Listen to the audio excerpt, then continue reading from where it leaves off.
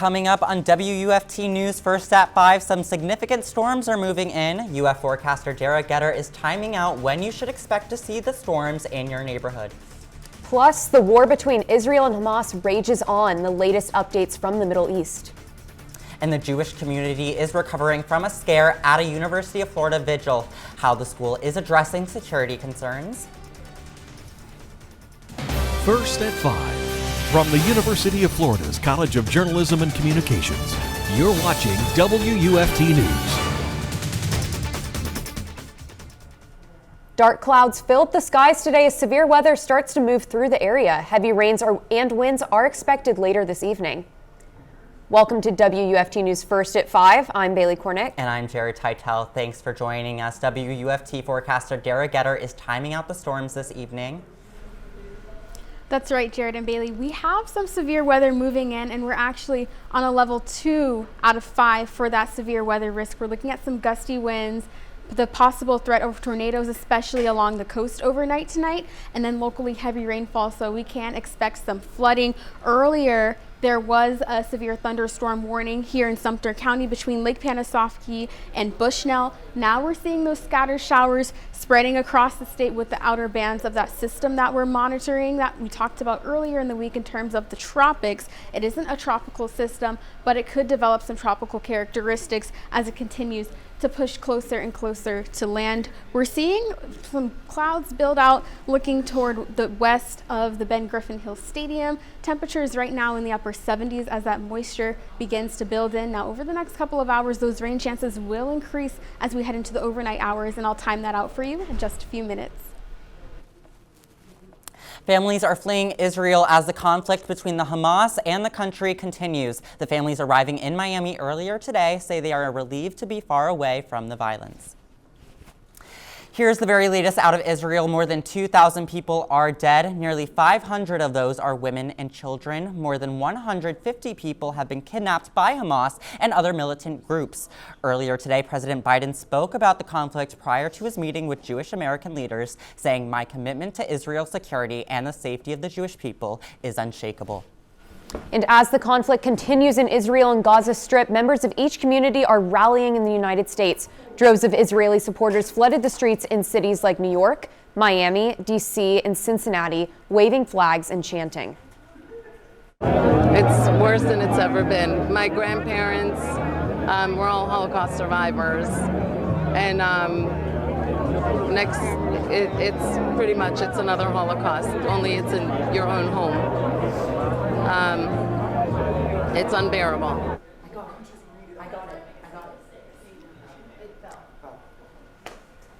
All of this as places across the state of Florida continue to show their support for Israel.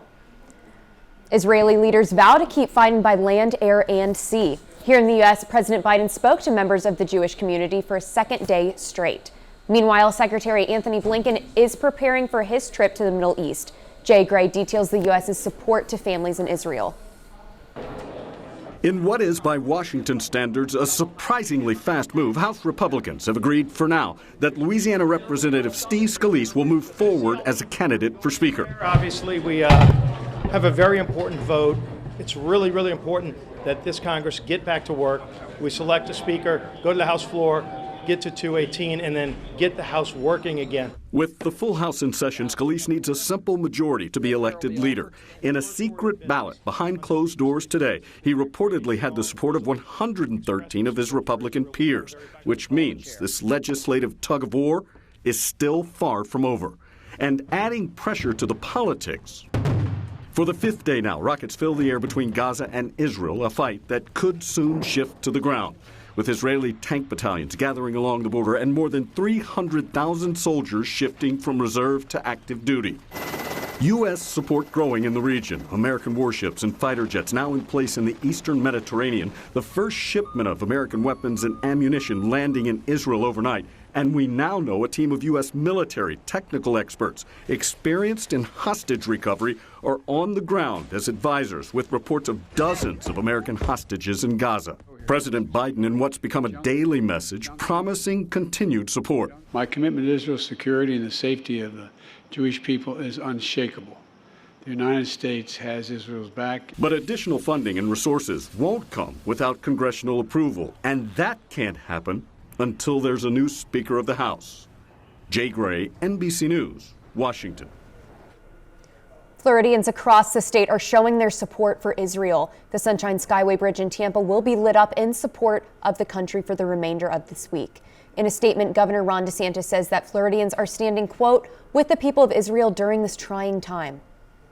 DeSantis also announced that flags across the state will be flown at half-staff. Flags at the University of Florida were lowered from their normal position.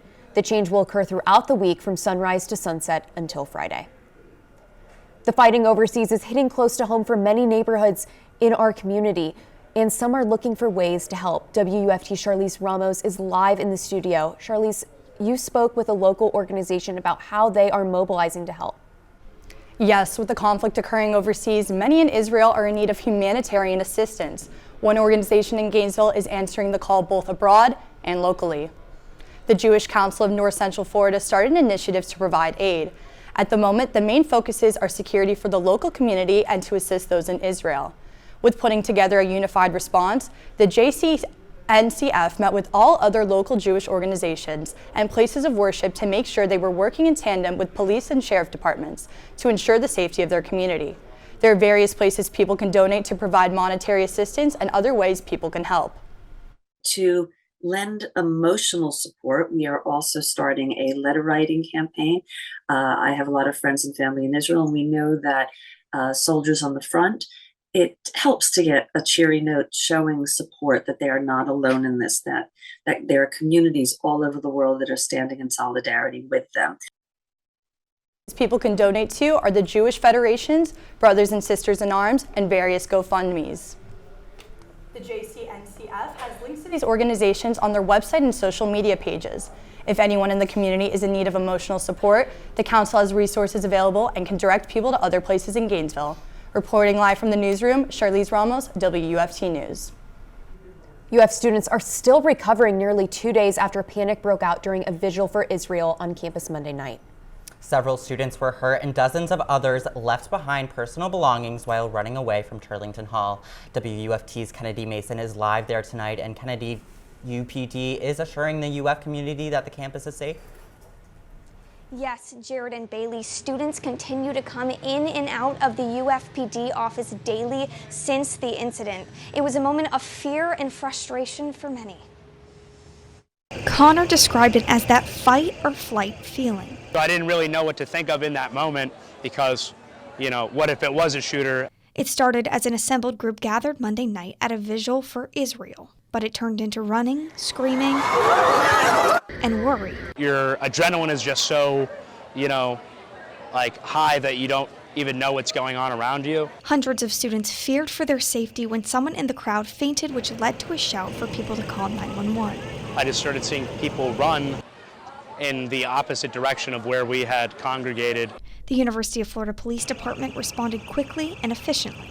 We recovered quite a few items that were left behind in Turlington after everyone dispersed. The items are here at the University of Florida Public Safety Building. After the event, UF Public Safety posted this statement. Those who were unable to retrieve their items tonight may do so at the UF Public Safety Building Tuesday morning. And they are adding safety measures to keep those who are scared safe. You should notice an increase in law enforcement presence around campus, especially near the Turlington area. I don't think an increase is the right response. I think it is, how can we foster a deeper discussion in our community? Captain Simmons says, in addition to the lost items on campus, someone lost a dog named Coda.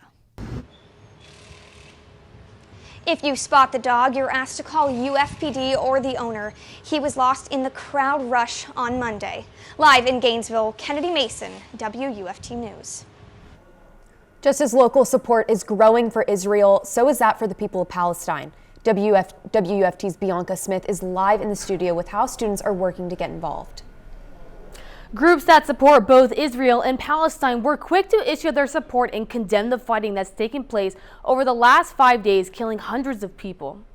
As the war intensifies, local groups here in Gainesville are taking a stance in their own way. UFLL released a statement saying it stands behind Israel and held a vigil on Monday in support. The Students for Justice in Palestine group at UF have also made a statement on Instagram. They believe Israel's far-right government must end for peace and that they support Palestinian liberation. Students for Justice in Palestine are having a call to action meeting tomorrow to educate people about the current events within Palestine. While both groups are in support of their country's freedom, they do not support the massacring of innocent lives. Reporting live in the newsroom, Bianca Smith, WUFT News. We will continue to follow the latest developments of the violence between Hamas and Israel. To stay up to date, head to our website, WUFT.org. Coming up when WUFT's First at 5 returns, a second teen arrested in the murder of a 12-year-old Lake City girl. And DSNAP assistance starts tomorrow in Lake City, how you can qualify and how much more when we return. You're watching WUFT-TV News. Police in Lake City say 2 teenage boys are responsible for the shooting death of a 12-year-old girl. In late August, investigators found Mariah Smith suffering from a gunshot wound at a home on Northwest Long Street. She died shortly after. Days later, 14-year-old Jatarius Llewellyn was charged in her murder. Detectives say their investigation took them to Miami, where they arrested Jaden Birch today. He is also 14. In addition to the murder, the two are facing an attempted murder charge. Neighbors in Marion County are being warned not to fall for scammers impersonating sheriff's deputies.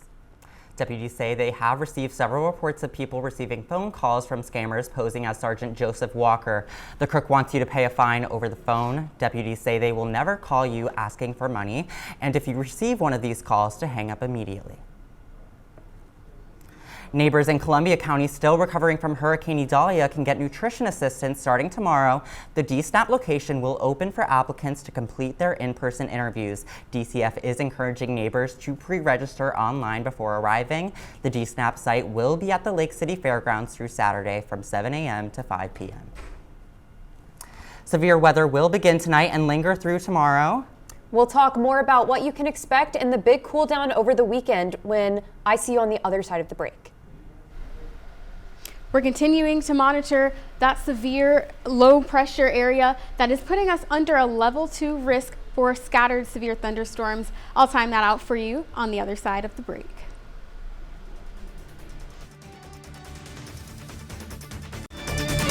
You're watching WUFT-TV News. That area of low pressure that we're monitoring coming off the Gulf is not tropical, but is expected to develop some tropical characteristics as it continues to push closer to land. Earlier, we had the severe thunderstorm warning between Lake Panasoffkee and Bushnell over in Sumter County. To the north, over in Alachua, we are looking at widespread scattered showers that will later become scattered thunderstorms overnight tonight, and then the heaviest of rainfall now arriving along the Nature Coast and actually pushing the Nature Coast into a flood warning. Here's that timing. This is 7 o'clock. Widespread scattered rain with the heaviest of rain, especially along the coast along I-95. We'll continue to see the heavy rainfall overnight tonight, which will push us into the threat for some tornadoes, gusty winds, and locally heavy rainfall, which could lead to some minor flooding. There is a flood advisory for the St. Johns River, so if you're out in the roads tonight or tomorrow, just be mindful of this heavy rain. We are at a level 2 out of 5 for scattered severe thunderstorms today, and that'll carry over into tomorrow. Looking out east, you can see those clouds beginning to build up. 77 degrees right now, and we're already seeing those wind speeds pick up. Everywhere else, we're looking at upper 70s, mid 70s to the north. And then tonight, we're going to be cooling down, but not by much. 72 degrees will be the low. Overall, we're looking at temperatures in the low 70s with all of that moisture in the air. And then tomorrow, it won't be as hot. Again, with all of that moisture and that cloud cover, we'll only be warming up into the low 80s and upper 70s north of that I-10 corridor. We have this low pressure system that's attached to this warm front, which is going to push us into the threat for severe weather through tomorrow. Now, here's that timing tomorrow, 7 o'clock. Most of the severe thunderstorms are north of Lake City, and then we'll continue to see those storms pick up throughout the afternoon, and that rain will linger with us throughout lunchtime and even by the end of your end of the day commute. This is Gainesville at 4:00 p.m. and you can see some heavy rain just east of I-75. So we'll continue to monitor those showers pretty much throughout the whole day tomorrow. That level 2 risk will continue through tomorrow, and then we're going to be looking at those gusty winds with wind speeds at almost 20 miles per hour tomorrow throughout the majority of the day, and Marion County. Everywhere else looking between 10 and 15 miles per hour throughout the majority of the day. And through Saturday, we could be racking up pockets of 2, 3, maybe even 4 inches of rain along the coast. So over the weekend, we will have a cold front move through, which is going to bring some cooler and drier air, drop down those temperatures quite a bit. But we are tracking 2 tropic systems in the meantime. We have this wave, which is a broad area of low pressure. We'll continue to monitor that as it has a 30% chance of developing in the next week. And then we have Tropical Storm Sean is expected to move into the cooler waters and become an area of low a tropical depression. Coming up on sports, Gator football looks to get their first win on the road. Cornerback Jaden Hill talks about what the team needs to do to bring back a victory to the Swamp. All things Gator football coming right up after the break.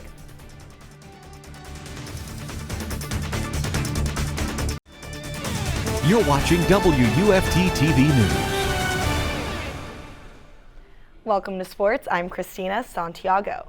Gator football had an exciting homecoming victory against the Vanderbilt Commodores last Saturday, 38-14, bouncing back after a disappointing loss against Kentucky. Next up, they will take on an SEC rival, the South Carolina Gamecocks. Last year, the Gators embarrassed the Gamecocks 40-17. However, the winner of this year's game is not as easy to predict. The Gators have not won a game on the road this season so far, and cornerback Jaden Hill knows that this road game will be the ultimate test for the Gators. We gave them a good whooping last year in the Swamp, but it's totally new year. We still got to come with it. This time we're on the road, so we're being tested, and the statistics show that we haven't been that good on the road, so we have to put that behind us and come out and get this dub. The Gators and the Gamecocks will kick off Saturday at 3:30 from Williams-Brice Stadium in Columbia. The Gator men's basketball team is right around the corner with a team filled with new faces. One of the new transfers is 7'1" sophomore center Micah Hanlogden. Hanlogden is an elite shot blocker and rebounder. Last year, he was 11th in the nation in blocked shots per game and 16th in rebounding. An interesting fact about him is that he grew up with an NBA player dad, former Utah Jazz and Brooklyn Nets player Ben Hanlogden. So having him there to kind of help guide me when I was little. He was my coach up until middle school. Just having him there, always being in my ear about what I could do better, giving me constructive criticism, just helping me grow as a player and a person. It's been huge. His skills and height are a great addition to the team. With Hanlogden being one of the new 10 players, this new season of recruits adds a lot more depth, speed, and great shooters. The Gators begin their season November 6th against Loyola, Maryland. Gator soccer continues its journey on the road, taking on the 10th-ranked Arkansas Razorbacks. This past Sunday, the Gators went up against Georgia, battling it all out to a scoreless draw. Arkansas is coming off a 2-1 loss to Auburn. Florida will face the Razorbacks in an SEC showdown tomorrow at 7 p.m., eager to take home a win. In the NFL, the Indianapolis Colts quarterback Anthony Richardson was placed on injured reserve today after sustaining a shoulder injury in the win over the Titans. The former Gator will miss at least 4 weeks and may require surgery. Depending on how his rehab goes, Richardson could miss up to 8 weeks. Veteran backup Gardner Minshew will step in Richardson's absence. That's it for sports. I'm Cristina, Santiago. Before we go, one last check on the weather. That area of low pressure that's attached to that warm front is expected to continue to push heavy rain in our area late tonight. Now we are looking at some gusty winds, locally heavy downpours that could lead to some localized flooding, and we already have the Nature Coast and the St. Johns River area under some flood advisories this evening. So we are expecting that heavy rainfall to pick up overnight tonight, and then next week we'll see those cooler temperatures. Thanks, Derrah. BBC World News is next, and the PBS NewsHour is coming up at 7. But your Florida news is always on at WUFT.org. Have a good night.